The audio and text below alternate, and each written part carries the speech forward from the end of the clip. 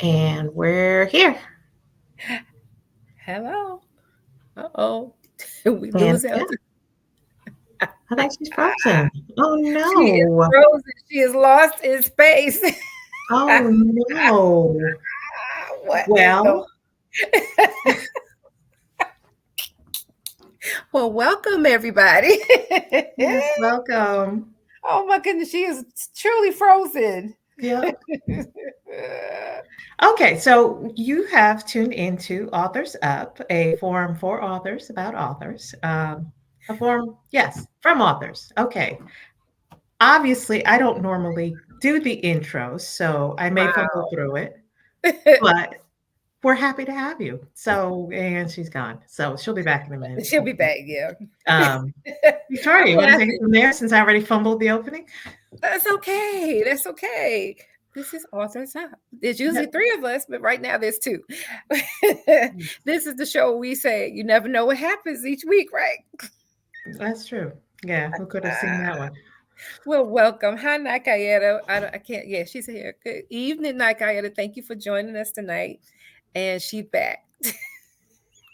Give her a second. I don't know what happened. I got this loud buzz Oh, and everything just went black. Oh, wow. okay, I don't So usually get a buzz, so that's yeah, different. did anything happen on your end? Nothing? You You were froze. frozen. I froze and then I went away? Yeah, Yes. so you were literally sitting there like this. Yeah, because I'm sitting there thinking, why aren't they doing something? And that's what we were thinking. Like, why is Hello? he doing something? So And then it went like zzz, and then it would just pop and everything went away. okay, Well. technology is great until it's not. Well, Right. how about them apples? That's hard.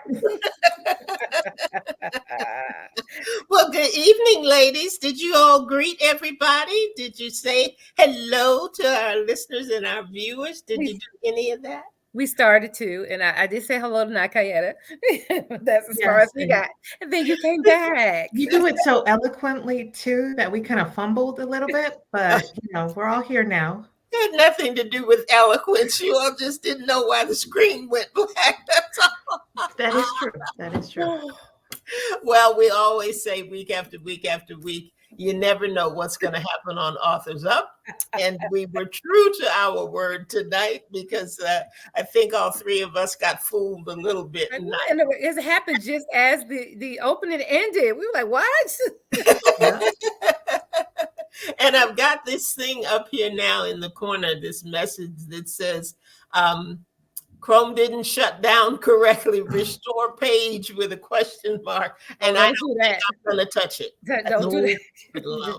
You definitely would go out again.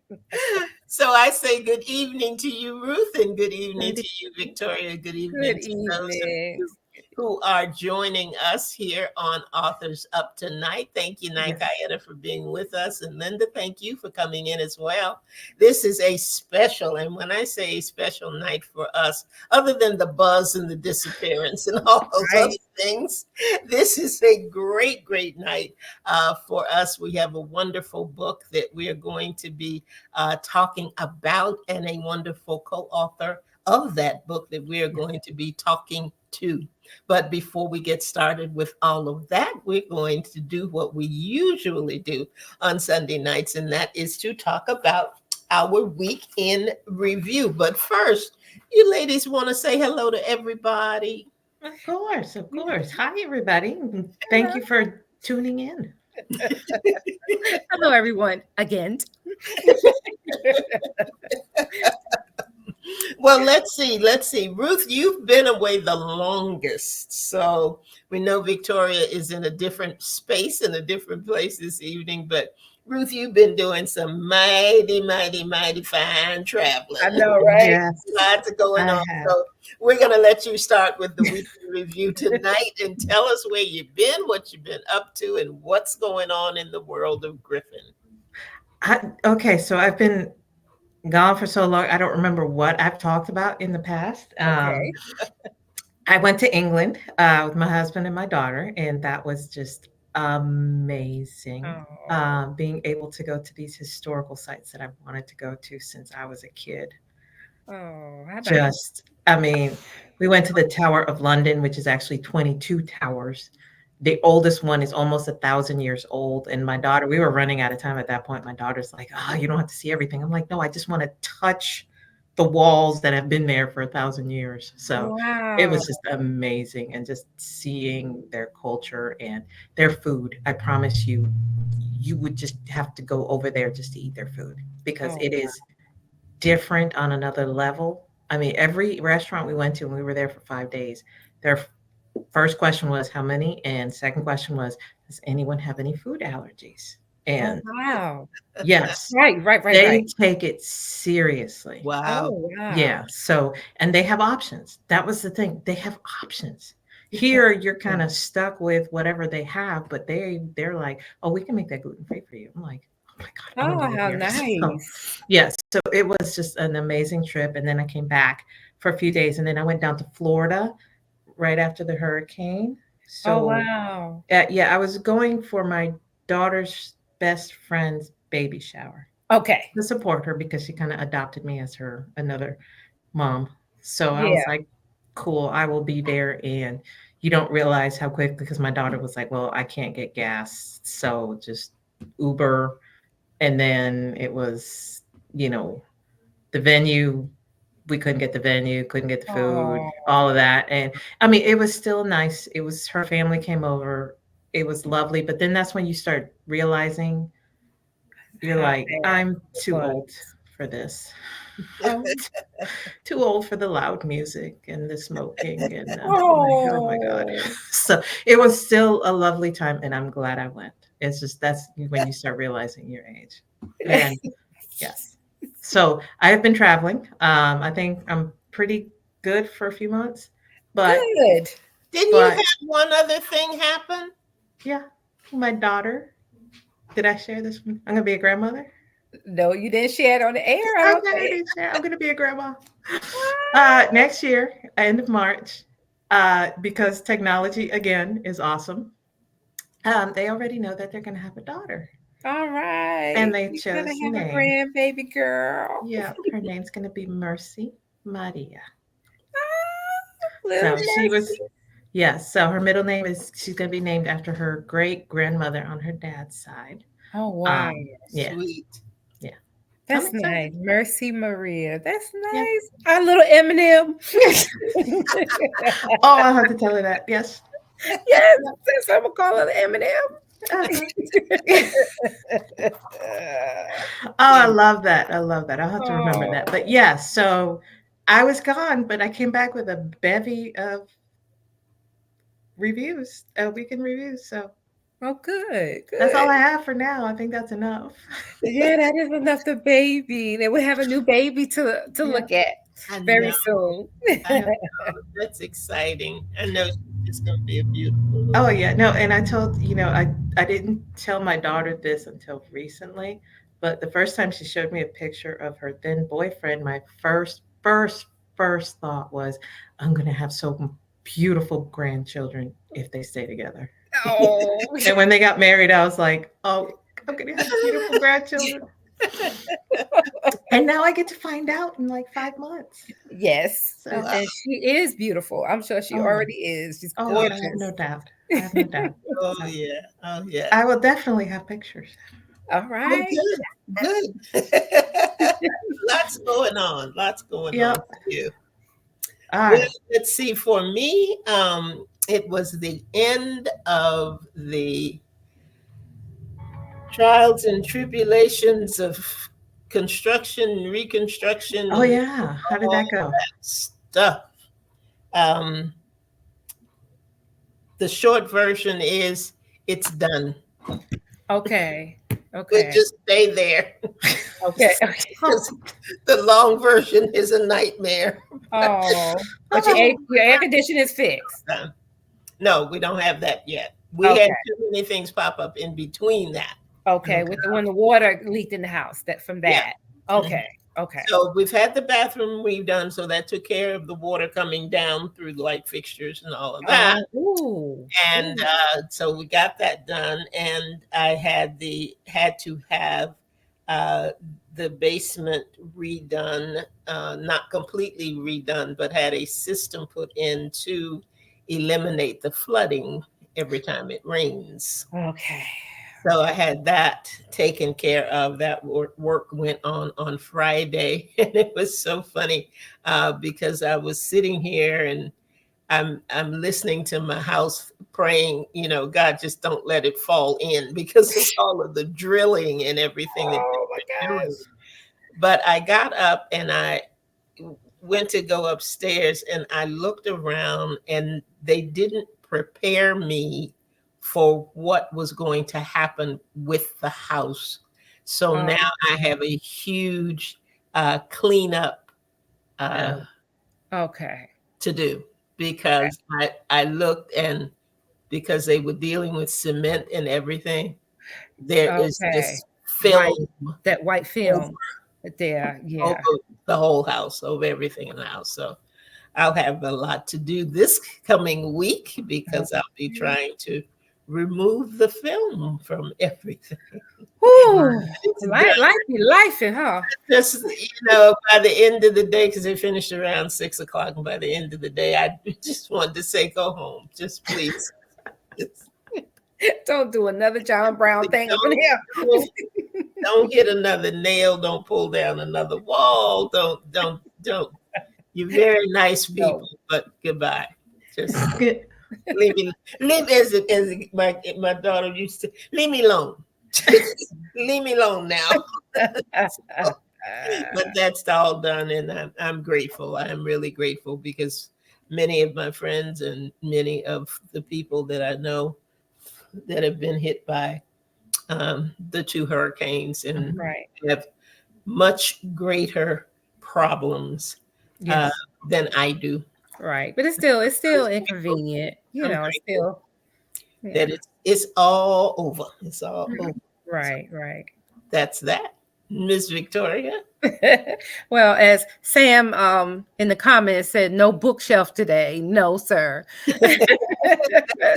I am in a disclosed location in Tennessee. I am in Ottawa, Tennessee.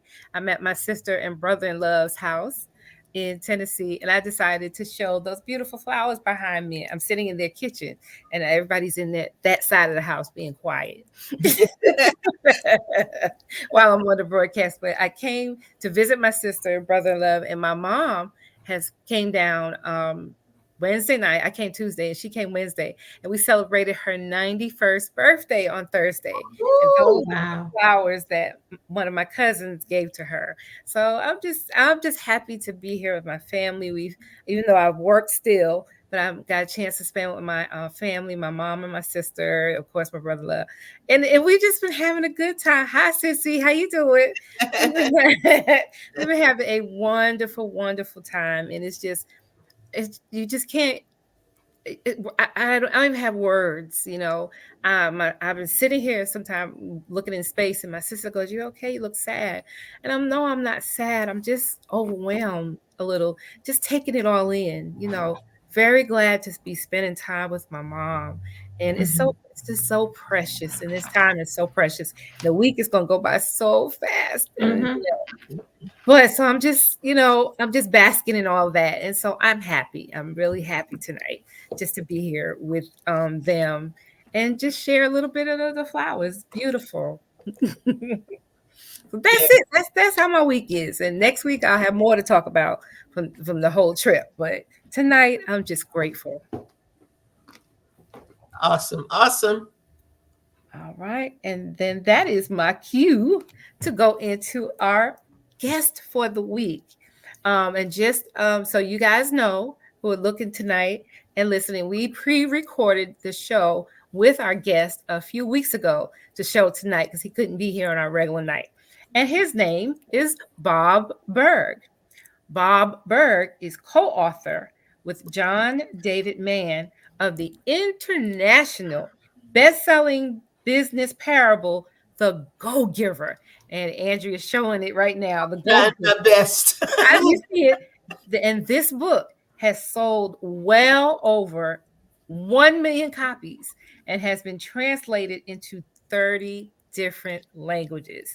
So after this short break, you will be invited back, of course, to see our pre-recorded interview with Mr. Bob Burg. Be right back.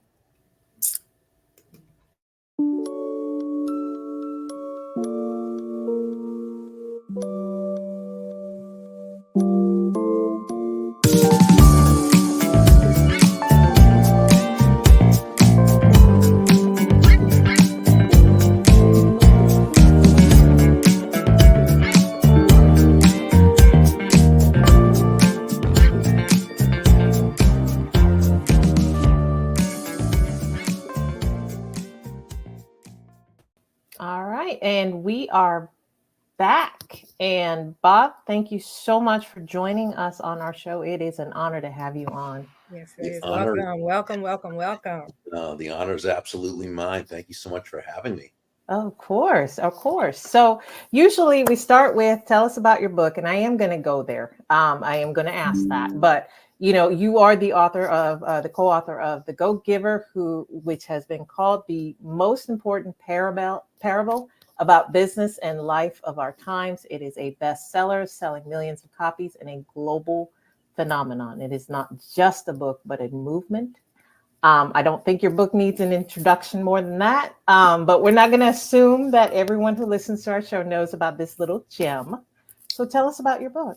That's so kind. It's a business parable, co-authored with John David Mann, who's really just a magnificent writer and author. He was really the lead writer / storyteller, and without him, it wouldn't have been anywhere near what it was. But so it was a real good collaboration. It was a lot of fun to do. It's about a guy named Joe. He's a young, up and coming, ambitious, aggressive, salesperson who's a good guy, but has this focus on the wrong place, if you will. It's really all about him and who owes what to him, and all about his quota, and everything. And he meets a mentor and a group of mentors, and he comes to understand, and this is really the basic premise of the book, that shifting your focus from getting to giving. And when we say giving in this context, we simply mean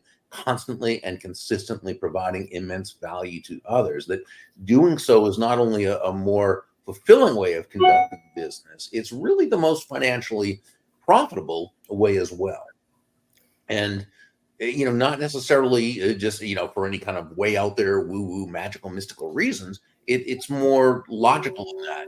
When you're the type of person who can take your focus off yourself and place it on serving others, discovering their needs, their wants, their desires, helping them solve their challenges, helping move them closer to happiness, people feel good about you, and they feel great about you. And they want to be part of your world. They want to be in relationship with you. They want to do business with you if they need what you sell. But they definitely want to be your personal walking ambassador and tell the world about you. Absolutely. So now I will say that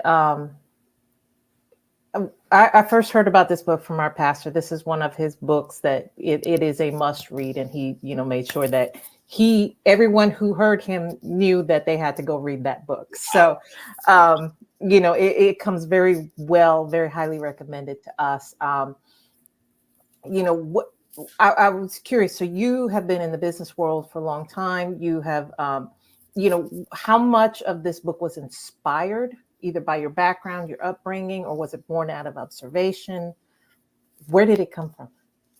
Well, so I mean, I was very fortunate to be born and raised by two wonderful people. So I got to see my parents live out this type of way of being, and I know it was the same with John. So we were both blessed in that in that regard.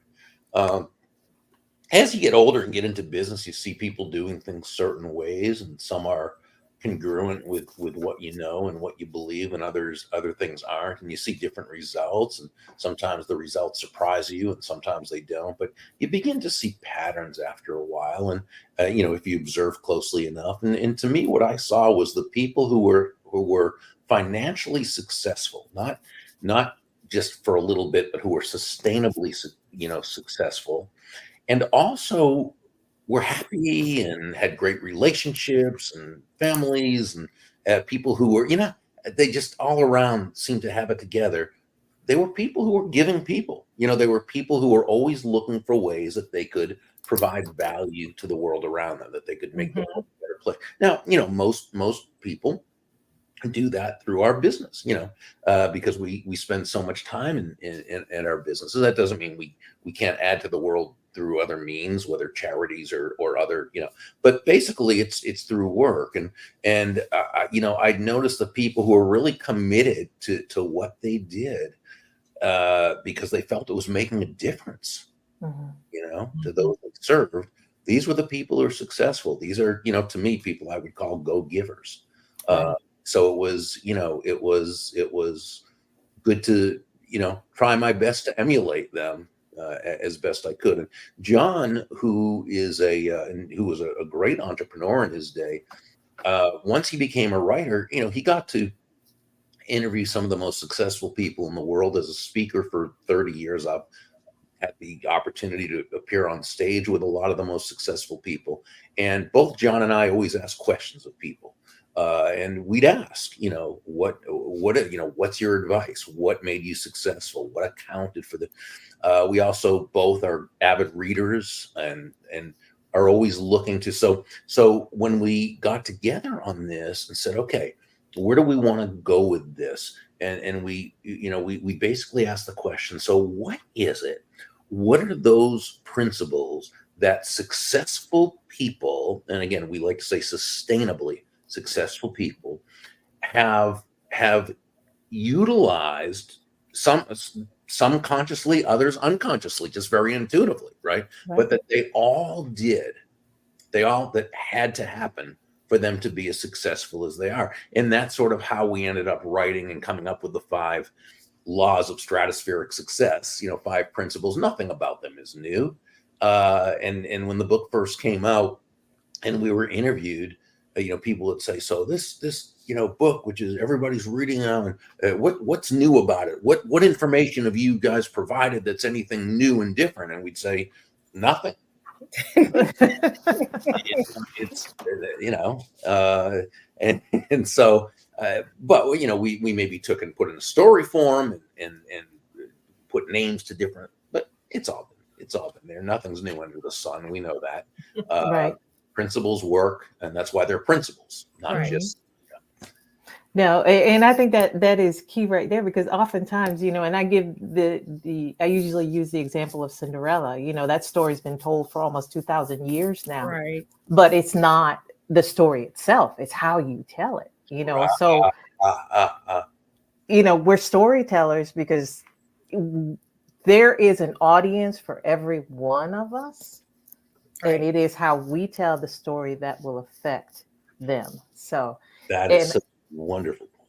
And I have to say, honestly, even as I was reading this, I was thinking, oh, well, I do that, or I don't do that. Right. Exactly. And I take that, and it is just now the fact that it is 1, 2, 3, 4, 5. Now I can, my brain processes stuff differently than say Andrea or Victoria. Sure. Now I can take those 5 principles and say, okay, can I measure this? And I love that you said sustainable success. Right. That is just amazing. But let me ask you this. What were your expectations when you first published the book? And did the response surprise you? So John and I both felt there would be a market for the book. We Okay. felt the timing was right. We both had kind of a big enough platform that we knew we could get the word out about it. And so we thought it would be successful. I don't know if you ever really know that you're going to strike lightning, which the book kind of did. And that's because there's so many people who read it who just started promoting it all over the place and started. So I don't know if you ever know that's going to, you hope it is. Right. You have a good feeling about it, but yeah, I don't know if we ever got to that point. And it brings up in a sense something you said earlier that about how it's the way that you tell something that's already been done, because there's a lot of people who want to write books and they'll say to me, well, I would, but the topic I want to write about has already been written about in so many books. And I'll say, yeah, but it hasn't been written from your point of view, right, from your experiences, from your examples, right? And I think that's the key. There's never going to be a time, I don't think, where books aren't going to be welcome into the marketplace if it adds value in a way that people want. And what they want to hear from you, how you can help them based on your experiences. Right. I could never write The Go-Giver the way you have. Even if I did sit down to write it, it would be a completely different book. And I think that is key to understanding it. We can all hit on a certain market. We can all go after the same audience, but we will never do what the next person does. And that is, honestly, it's just amazing to me. But I love that you have hit on what you have with those 5 principles in the way that you have, because I could never do that. So kudos to you. And I have to say, said I could never have written The Go-Giver. Either could I. I mean, John. Right. Your name's on the book, though. So. Whose idea was it to give it a story instead of just making it a law 1, law 2, law 5 chapters, and we were done? Yeah. So my previous books had all been how-to books. Right. My first one was Endless Referrals, which was on how to build relationships in the marketplace, for salespeople and entrepreneurs who knew they had a great product or service, but they didn't necessarily feel comfortable or confident going into their areas and building those kinds of relationships that would cause people to want to do business with them directly and refer them to others. So that was my first book. And it was really the basic premise was that all things being equal, people will do business with and refer business to those people they know, like, and trust. You probably remember that from in law number 3 of The Go-Giver, right? We talked about that. Right. But I had thought, even at that time, and it was a how-to book, but I thought, wouldn't it be great to take, the basic principles and sort of make a story out of it? But, again, I'm a how-to author, and that's a lot different. Writing a how-to book is actually fairly easy. Write down what you know or what you think you know. Write it out, get a good editor, work with them on it. It's a how-to book. Right. I knew that, while I can maybe tell a story from stage because the story is true, writing a parable is a whole different animal. Yeah. And so I just sat on the idea for a long time until I met John. He was the editor-in-chief of a magazine I was writing for. And even back then, he had a wonderful reputation as a brilliant author within his circle. And fortunately, I became part of that circle. and so I got to really see just how fantastic he was. A great guy, very humble, and just just had a great attitude. And so I finally said, I really want to do that book, that parable, but John's the only one I want to write this with. And so I approached him with the idea. We had never met in person at that time, by the way. And so I asked him about it, and he was very busy doing what he was doing. However, as you know, I live on the East Coast of Florida. He and his fiance, now wife of 15 years, but back then fiance Anna, they were in the Tampa area visiting her mom. They actually took a 4-hour drive over to we went out and had a 3-hour dinner, the 3 of us, and just discussed the idea of the book. Oh, wow. and so forth, and how we would approach it, what we would expect. And about it was, still another 3 weeks before John called me and said, Anna and I have been talking about this. We think it's a good idea. Let's do this. Oh, wow. Yeah. This is something really magical, and it's interesting. So there's a number of books in the series. There's 4 books, 4 parables, 3 parables, 4 books that John and I wrote together. Well, there's a 5th one that John wrote with Anna. Oh, really? For marriage. Oh, Awesome. And that's Anna's field. And so they basically wrote half parable, half how to. Uh-huh. okay. Did a beautiful job with it. And so yeah, there's actually the Go Giver Marriage, now the 5th book in the series, the 4th parable. But yeah, so that's kind of how that whole thing, started as far as us even doing this. The toughest part wasn't the writing, because we actually, and when we did that within a few months. And again, I credit John so much because wow, he's just so fantastic.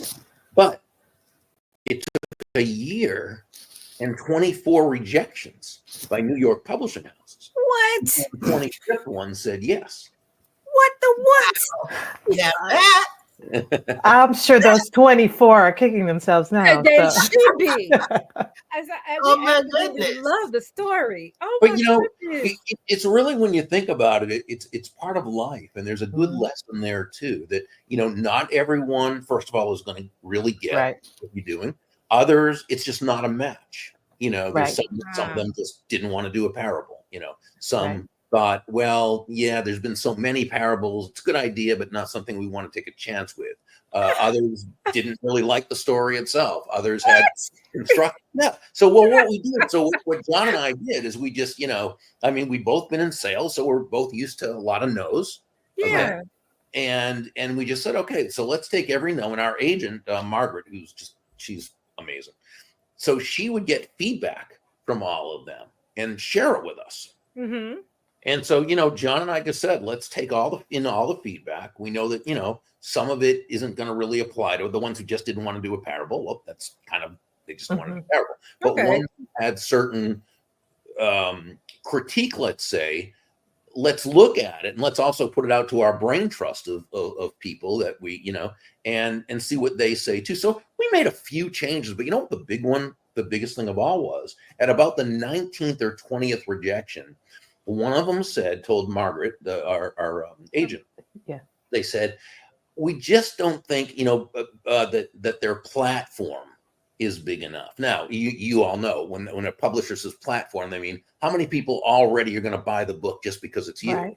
Okay. So here's the thing. We knew we had a big enough platform, but we obviously didn't communicate it effectively. Okay. So we went back to the drawing board, made a whole new promotional video, and put that together. And then again with the 25th one, we hit Portfolio, which is an imprint of Penguin Random House. Not only did they say yes, but they've just been the best publishing partner you could ever. Wow. So God always knows, and when the right one comes along, that's when the right. His timing is perfect. But like Ruth said, the first 24, that's terrible, because you had me in at the first chapter. I mean, I just wanted to figure out what was going to happen. Kept going. So nobody would be interested in it. That's not true. Well, what's interesting, really, that is that the book series Chicken Soup for the Soul. Yes. Created. Yes. How many more chicken soups are we gonna have? Well, yeah, probably endless. Yeah. But they were rejected like 250 times.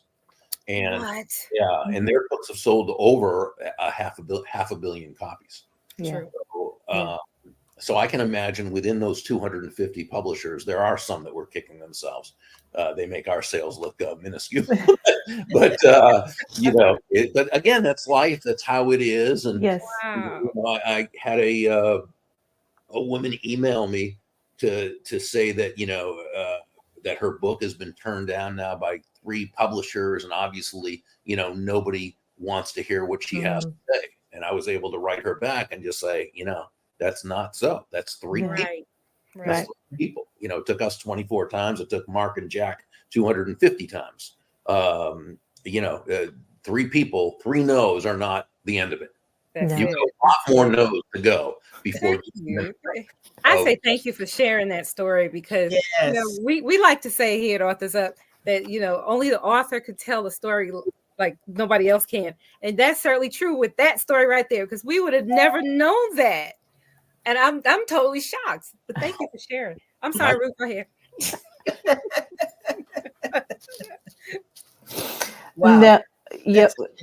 Andrea, go ahead. That just blows me away because when you like something, the way that we like the Go-Giver, you just make the assumption that everybody who picks it up right love it as much as you do, and they're going to want to talk about it as much as you do, and everything is flowing and all right with the world. But to know that you had those rejections, but there was something in you that made you keep going. Yeah. And something that made you know inherently that this is something that can help somebody. Yeah, make it happen. I think that's a great point. We had a belief in the mission we were on.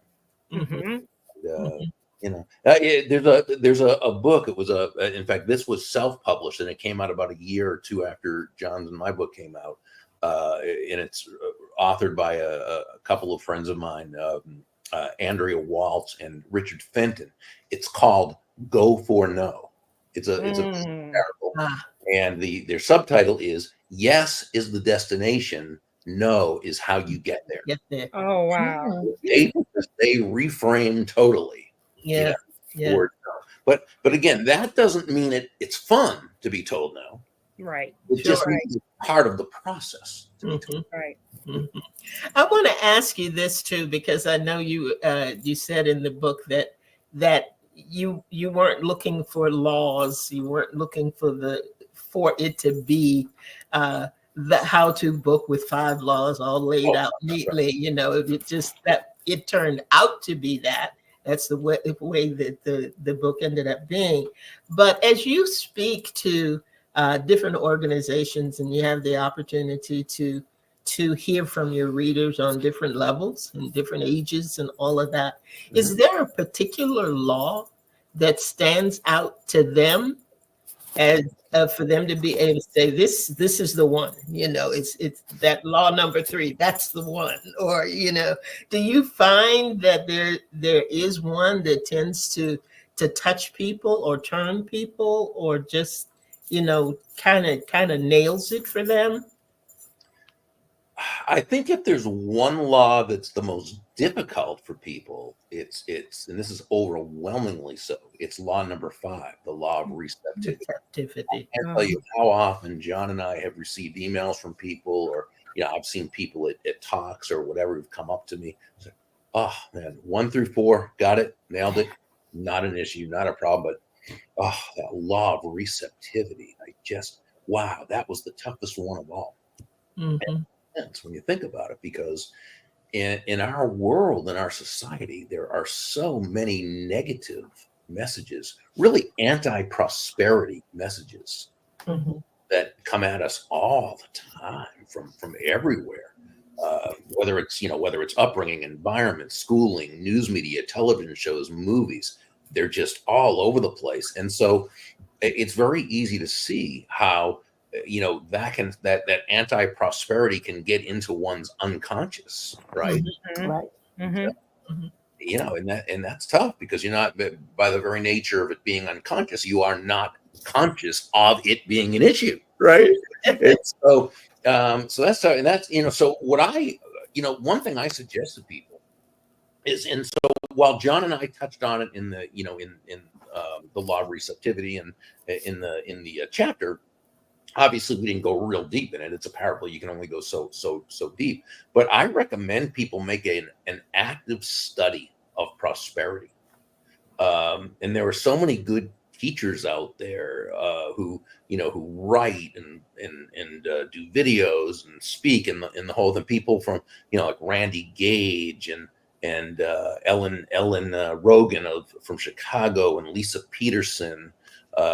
Sharon Lecter, David Nagel, the late Bob Proctor, Ken Honda. I mean, these are people who just write brilliantly on prosperity mindset. And I'll tell you, 99% of what they write about is simply how to get past those mental unconscious blocks that are keeping you from the abundance and the prosperity that you so rightly deserve. Help you clear that out. And so I think that's so important. But yeah, so to answer the question, the law of receptivity is definitely the one most people have. And I wanted to ask you this as well, because you could have done it a different way, I think, and it would have been as effective. But the fact that the challenge with each of these laws was that they had to do something that day. And that really stuck with me, because I think a lot of times, and we've had discussions about it before, that we get a lot of information. We have so much information. There are a lot of how-to books, and there are a lot of things out there that give us a better way to do this, that, or whatever. But we don't follow through with those things. Right. It's like, I always say, it's like going to a conference and you leave with this suitcase of great stuff that you never unpack once you get home, you know. Right. You just have all of this stuff. What made you decide, or was it a conscious decision, that it had to be right then? That it had to be something that they would go away and do? And I think in one of the laws, Joe had done it and didn't even realize that he had, because it was becoming so much a part of him. Yeah. But in the very beginning, what made you say, no, he's got to do this thing right now? Yeah, for the very reason that an idea can sound great, but if you don't take action on it, it's the same as not even having that. Knowledge without action is the same as no knowledge at all. And there's another law. I learned this. I had heard a speaker. I don't even remember the name of the person. I wish I did, because I like to credit people when I quote them. But she called it the law of diminishing intent. And she said, the longer you take to do something that you know you should do now, the greater chances are you'll never actually do it. And so John and I really wanted to make the point that this was not something to think about. In fact, Pindar told Joe, don't think about it. Don't question it. Don't ask how it will work or what. Just go ahead and do it. It doesn't have to be perfect. Just go ahead and take the action. And when you take the action, now that, that's when things start to happen. Yeah. And he was able to do that. He didn't fight doing that. And I thought, was it his desire to get this account so strong, that whatever Pindar told him to do, that's what he was going to do. And that's the way that he put it forward. Amazing. I loved it. Loved it. We're our time. I tell you, we got to watch our time. Victoria, I know you got something for him. Well, I didn't have a question so much as a comment. And I'm going to say this right up for those of you who are listening and watching. Get the book. Get the book. It is available wherever books are sold. I know that. So I won't ask you where to get the book, because we know it's available. Get the book. I was very impressed about Joe's journey. I'm done at Joe's journey. Joe's journey was amazing, because he did not think he was going to learn what he learned. He saw it from a different lens. So you got to get the book. And I got it immediately, that the first law is what really spoke to me, I'm going to say. I have a jewelry business, and I believe I probably give away more than I sell. Now, that's the truth. And I've been criticized for it. But I have put those naysayers aside, because I'm doing the law and didn't know I was doing it. It's an experience for me. And I've heard people say that I have a website, and people, and I can never get any of my customers to go to the website. They're like, I don't want to shop on the website. I'd rather, I sell Facebook on live. They say, I'd rather watch your lives. And they said it's an experience. The way you talk about your jewelry, you have such joy, and you genuinely care about the customers and how we feel and all of that. And I just feel like I'm just saying, hey, look at this earring right here. You know, it's so pretty. That was nice of you. And I'm just having a ball. And I've come to realize it is the joy that I get from doing it that comes out. And so I'm just going to tell everybody, get the book, because you will see yourself in this book from law 1 to 5. So I thank you for writing it. And I had heard of it through my co-host. They kept saying, you need to read this book. And I was like, okay. But when they said you were coming on the show, I finally got around to it. Thank you so much. Would you tell our viewers and our listeners, if they wanted to get in touch with you, how could they do that? Do you have a website, email address? What do you have for us? Sure. The best way is just to visit my website, which is Burg, BURG.com. Okay. Something simple. Easy. And while you're there, I'd like to subscribe to my daily impact email, which is something I put out Monday through Friday, first thing in the morning. So you can have it with your coffee or read it, during the day. It's usually a little brief kind of thing called the Daily Impact Email. And going now. Go ahead, keep going. And if you'd like to read a chapter of the book first to see if they like it, they'll see where they can read chapter 1. I think it's either chapter 1 and 2, or maybe just chapter 1 and that one. I'm not sure, but they can read it, see if they like it first before ordering it. And if they do, I hope they enjoy it. They will. Oh, I'm sure they will. They will. Thank you so much. We have 1 minute. Bob, I want to say my thank you for writing the book, for being on our program tonight, and for sharing with us this incredible journey that you and Bob had. Is it Bob? John. In writing this book and putting this parable together. Thank you that you did not say, they're right, but you kept got it out there for the rest of us. One last thing, Ruth, you know what you got to do. Thank you.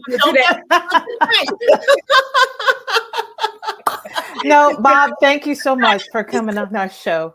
We do appreciate your time. Wanted to ask you if there's anything you want to leave with our audience. I just want to wish everyone well, wish you much stratospheric success on your journey, and go through as many no's as you have to if you really, really want this to happen. Yes. Thank you. Drop the mic. Thank you all so much. You're delightful. I'm so glad our friend Teresa introduced us. Thank you. Thank you.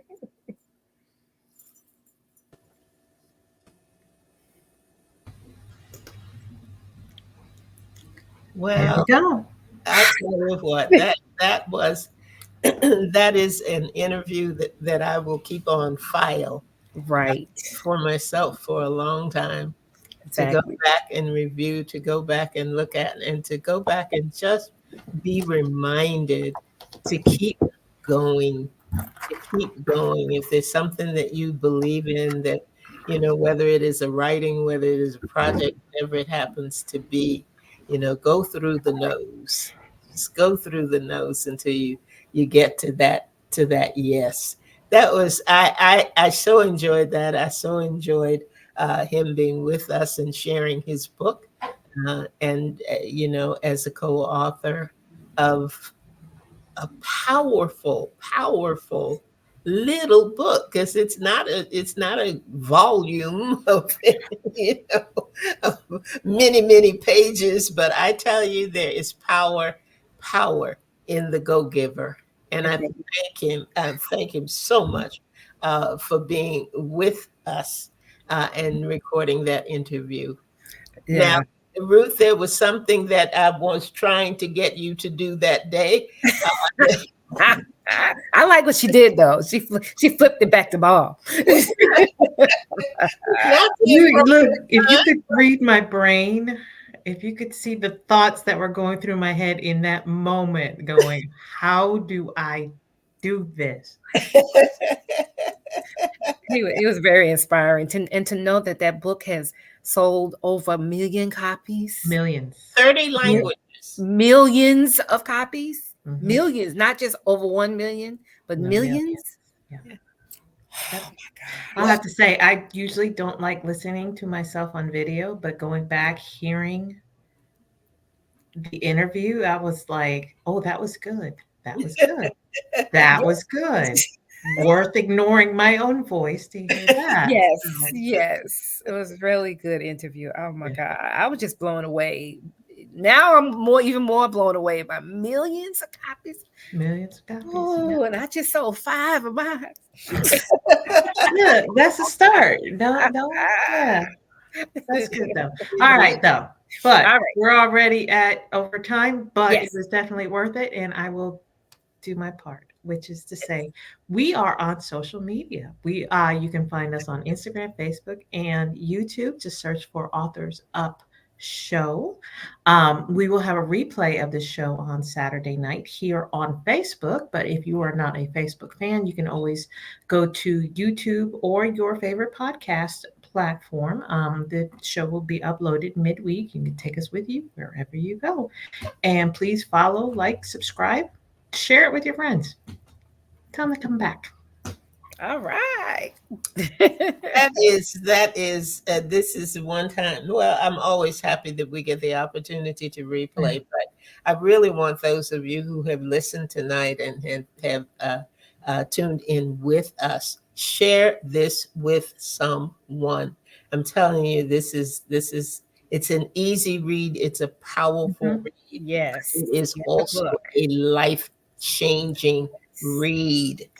So if you listen tonight, if you've got a friend, a coworker, of whatever, somebody that you really want to bless and really want to see them blessed, let me tell you, just ask them to tune in to the replay, to listen to the program, and just be blessed by these principles of the go giver.